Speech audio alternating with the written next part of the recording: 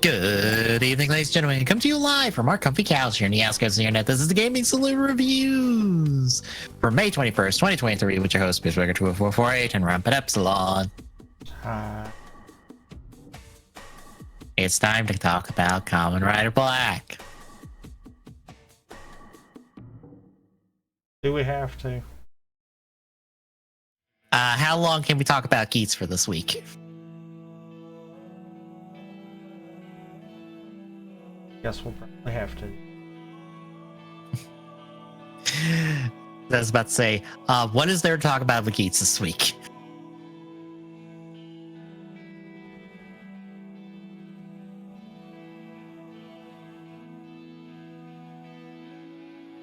Because it doesn't feel like it's a super whole lot.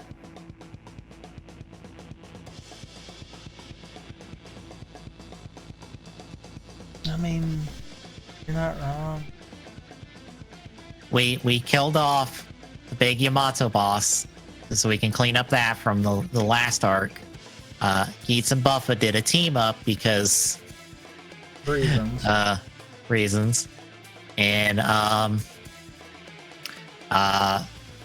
Sarah now knows her brother is a writer again. And that's the episode, folks.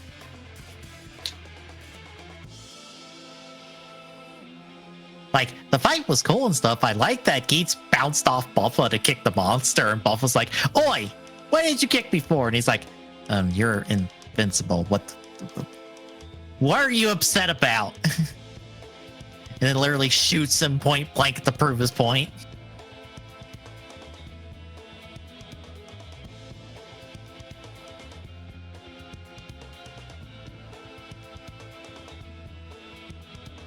So yeah, it was a fine episode. It kind of feels like we're just kind of in a little bit of cleanup mode, just to kind of like get everything situated. I mean, probably because since next week seems to be, we're gonna do a terrible traumatic thing to Ace, and Ace is just gonna go, fuck it, everyone dies now. Y'all decided to fuck around. Now you get to find out what happens when I'm really mad.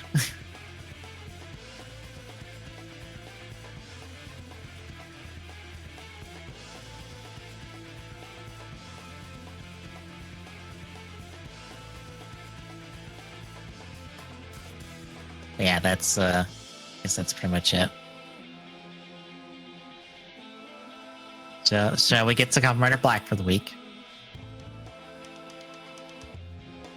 I mean, if we have to. All right, we will start with episode 29, The Trophies of Death Mask. So NASA has recruited a quartet of Japanese astronauts to do space stuff.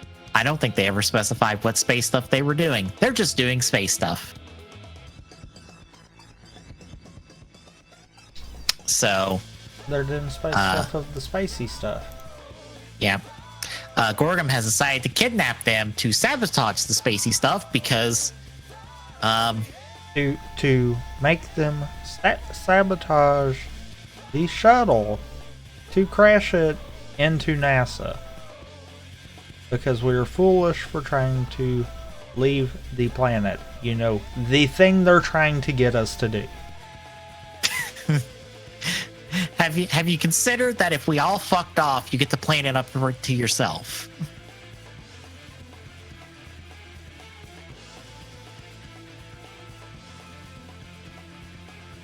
So yeah, that's the base. That was the immediate point where I just quit caring about that episode, and then it spiraled farther from there, and I'm like, Yeah, because Katsumi, Nobuhiko's girlfriend, is friends with one of the astronauts, specifically the female one. And after the four of them get replaced by mannequins, and then she's walking with the dummy, and she gets cut by glass but doesn't bleed. Oh no, the plan she's found out. We have to kidnap her. And then they realize, oh fuck, it's Nobuhiko's girlfriend. What if we use her to wake him up from the healing bubble? And I'm like, you can't wake him up normally? Wait, what do you mean? Why do you need her to wake him up?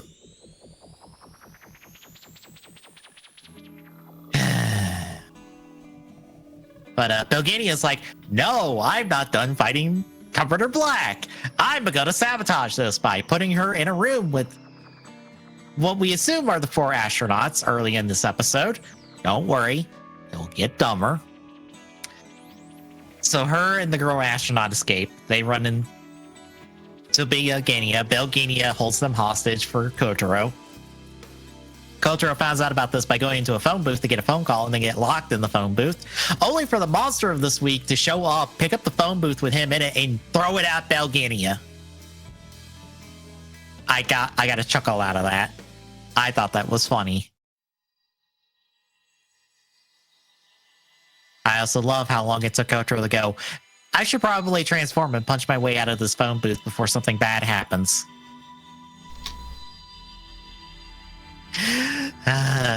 Poor Kotaro. He's a little slow to go, oh, I should probably do this.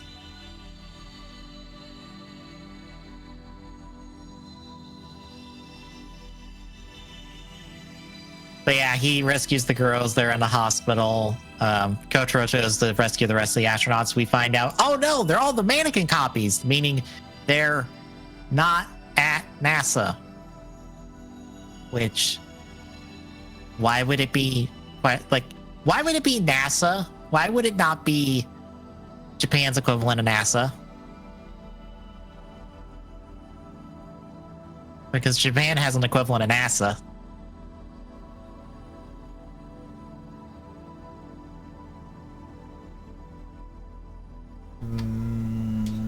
Because we don't talk about that. Fair. But anyway, that's happening. So the girls are being attacked by the fake female astronaut. Kotro's being attacked by the male ones, and the monster and Belgania, except the monster and Belgania are not getting along because Belgania is going off script.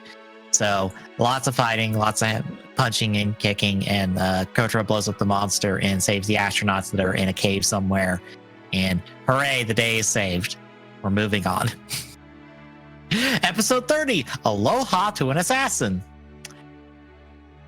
Gorgum has went to Hawaii to recruit this girl that is from a family that have magical powers that kill locusts, because a long time ago, one of their family ancestors killed a bunch of locusts to save the island.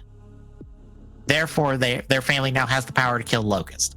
Therefore, we're recruiting them because that essentially counts as a grasshopper. Therefore, she should be super effective against Comforter Black, right? I mean, This seems like a solid plan. This seems like a solid plan.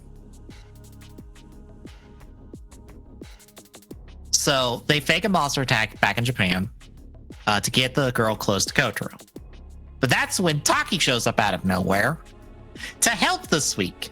By the way, this is the last time he shows up in the show. Don't worry, I'll be saying that again next episode for another group of people.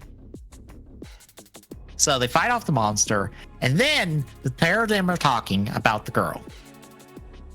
And they already know that Gorgum shenanigans are afoot. And they are firmly expecting this girl to portray them in some capacity, whether voluntarily or involuntarily.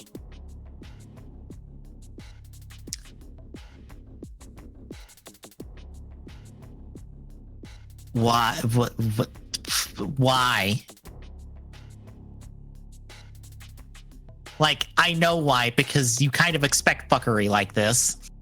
But also, way to take all the tension out of the episode, because it's like, oh, is she going to betray us? If she's not, even though we know she will, they're just like, yeah, she's going to betray us at some point. It's fine.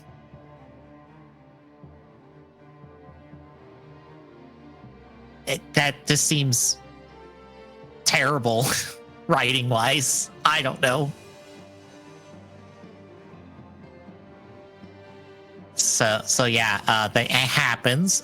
She hits him with her attack, and then the monster also attacks Kotaro. But then Belgania shows up and is like, "No, mine!" and throws him into a wall that gives him temporary amnesia.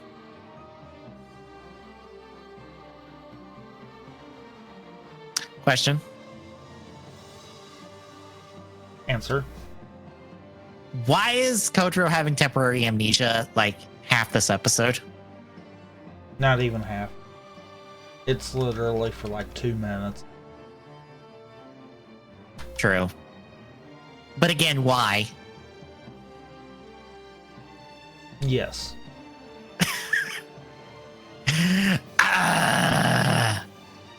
So yeah. While Kotaro's dealing with that and fighting Bogania, Taki's off to go save the girl and fight the monster. He does a fairly decent job of fighting the monster until Kotaro can fight off Bogania, show up, kill the monster. We send the girl home. Taki goes with her and fucks off for the rest of the show. Goodbye, Taki. I wish you were here more, because you would change up the status quo to any capacity.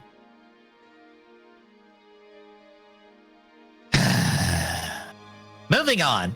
Episode 31, Bird Boy Warriors. You remember those child soldiers that Gorgum made? They're back. They're training. Because there's a new monster that is kidnapping kids via the smash hit Famicom game Athletic World. That features power pad integration. Yes, this is a legit Famicom game. I bet you can't guess who made it.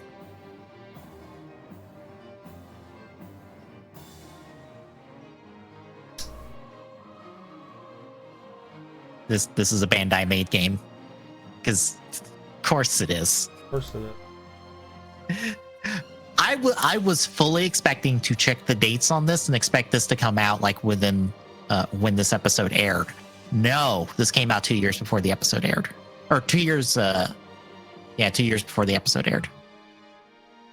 So no, this is not them trying to do a little bit of sneaky product placement. They might later, because I think the Commander Black game is actually shown on screen for a small minute when Black is fighting the monster, but I'm not sure. But anyway, they're being kidnapped into the game so they can be dumped into the not internet world, because the internet's not invented yet. So it's the digital world or the electronic world.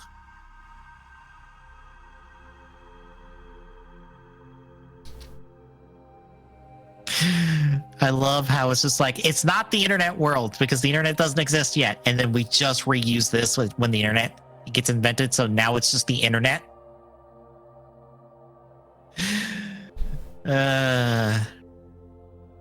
Anyway, they have kidnapped a whole 2 kids that are making them fight with not lightsabers. I think. I tried to pause and see if they were actually lightsaber toys that they were having them play with, and I couldn't tell. I really hope they were actually lightsaber toys, because that would be hilarious. I'm sure they were. Either that or they were green rods to where they could actually attempt to green screen it, but it looks way too clean for that. I think they literally are just like light rods that are just a light up rod of some kind. Because I there's nothing like masking or like added to those lights, because you can see the light on the kids and anywhere where that rod goes. So clearly it's a physical prop that is lit up that they're holding, because you can see the effects of it. Anyway, some poor Bandai dev, I forget the name of him offhand, even though they said it like 5 times. He's responsible for this, but he warns the kids about who's going to get kidnapped next, and is trying to find a solution to this. But Bogania sees this and murders him in a minute. But in the meantime, Kotaro and the girls are on a bus, and they try to kidnap a kid through a Game & Watch, like a legit Mr. Game & Watch. Which is not Bandai made, by the way, which is probably why doesn't linger on screen for very long. And probably why it fails to do the thing that the other was. Yep. But Kotaro stops it, and then the monster, who turns out to be the bus driver, tries to kill Kotaro. But then the kids, who are also on the bus, start fighting the monster. I also love how only one of them is really effective at fighting because he's the one with the fucking gun. The other kids try to punch the monster. Doesn't work. The one intelligent kid here who's like, gun, for we are children. Actually effective at his job. But they're adult children. They are still in the body of children. Also, we still have not fixed that problem. And we never will, because guess who's not appearing in the show anymore after this episode? Yeah. Because I checked and I'm just like, are these kids ever showing up again? Wiki says, no, this is their final appearance on the show. And I'm like, great! All those things that could shake up the status quo and make the show more interesting. Fuck that bullshit. Let's not do that. But anyway, they stop that, and then they go to the poor Bandai Deb, and he's like, here's the way to get into the not internet world to save those kids. I'm dying now. Bye-bye. So they have a funeral for him on some coast somewhere, because I guess he has no other family besides these kids. Poor Bandai Dev.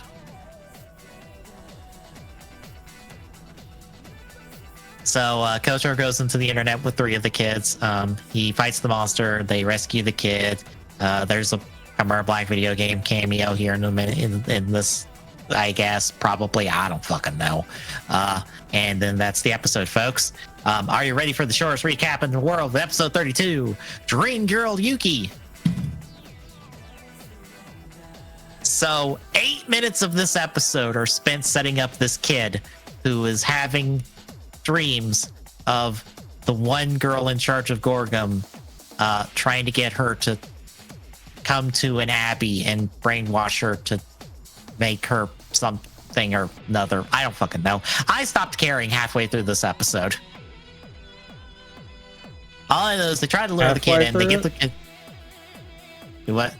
You stopped caring halfway through the episode? Probably less than that, if I'm being honest. Also, only 8 minutes of this? Because I could have swore it was like more than that, but okay. I think it's actually 8 minutes, because I looked at the time code.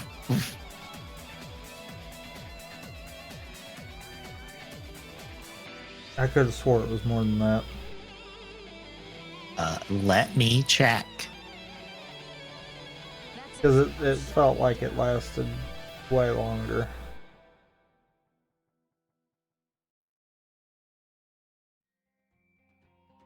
It's actually less.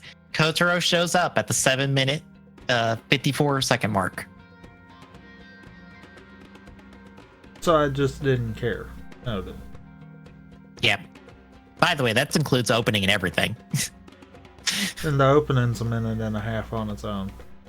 Yep. I know, because I've been consistently skipping to the minute 30 and it's been right on the nose. Yeah.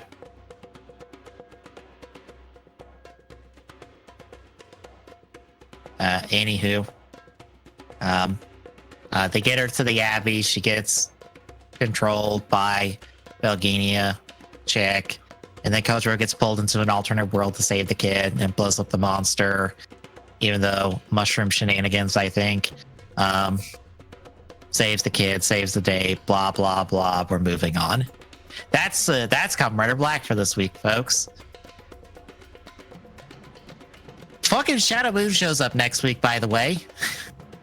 We get 2 episodes of Belgania bullshit, and then the next 2 episodes should be Shadow Moon.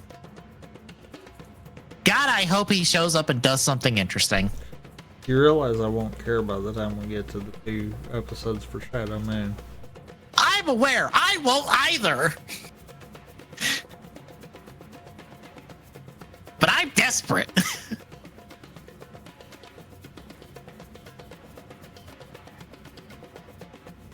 Also, you know, we're now close enough to where legitimately, if we wait for Shadow Moon, we might as well just finish the show. Yep. Because it'll be, what, 3 more episodes after that?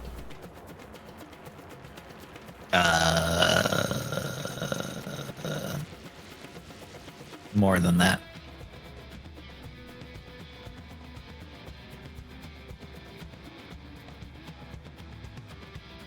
How many episodes? Us recording, or we have to watch? Have to watch. It's a 51 episode run. Oh, so 4 more. Not bad. Because we'd be at 36. Yeah.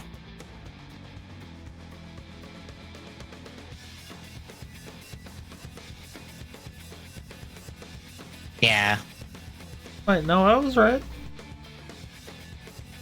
Because next week's would end at 36, and I said 3 more. Past that.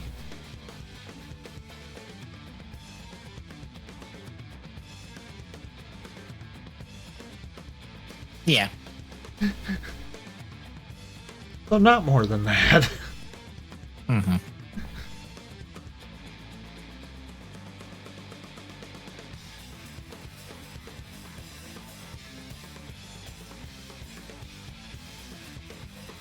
I am just like, good Lord, let this show, but please, show, do something interesting. I'm begging you. I'm dying. I mean, it's Please too do late something. for that. I'm aware.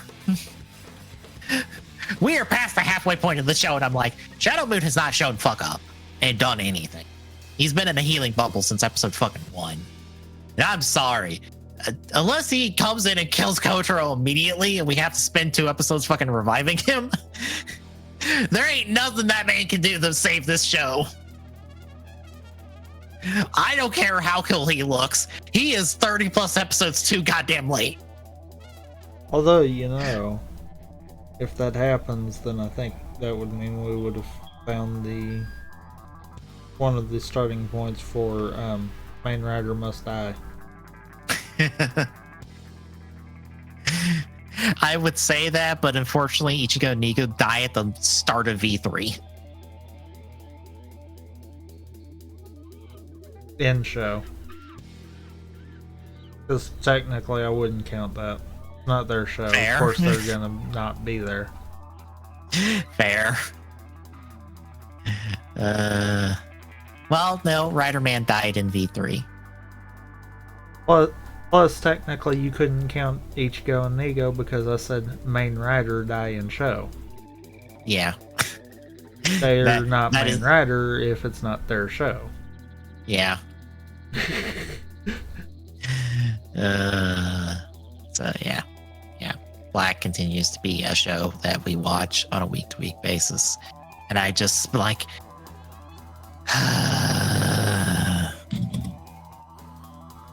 why can't this show be interesting? Why can't this show be fun? It's not fun. It's not even fun in a dumb and stupid way, like the original series was at times. This, I can't laugh at the shenanigans of the monsters and stuff because there are no shenanigans. There is no like Black having to do curl up on a ball and roll at his opponent. There's none of that, and I'm like, where's that? Where's the funny slapstick almost moments of this show? And I'm so bored.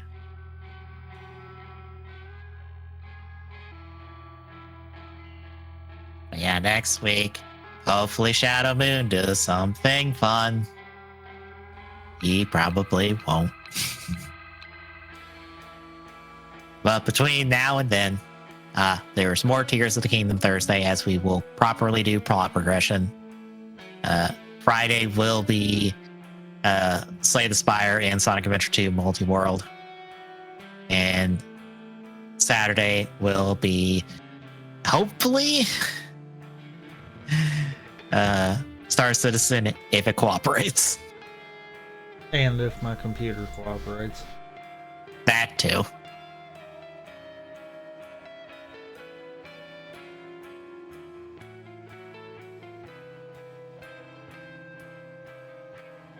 But yeah, if you like what you're seeing, folks, drop a follow. Really appreciate it. Chipping away at the affiliate goal at Jesus Inventory gives you updates to life. Exclamation point this turn. Jack is listening. Drop by, say hi. We'll see you Thursday, folks.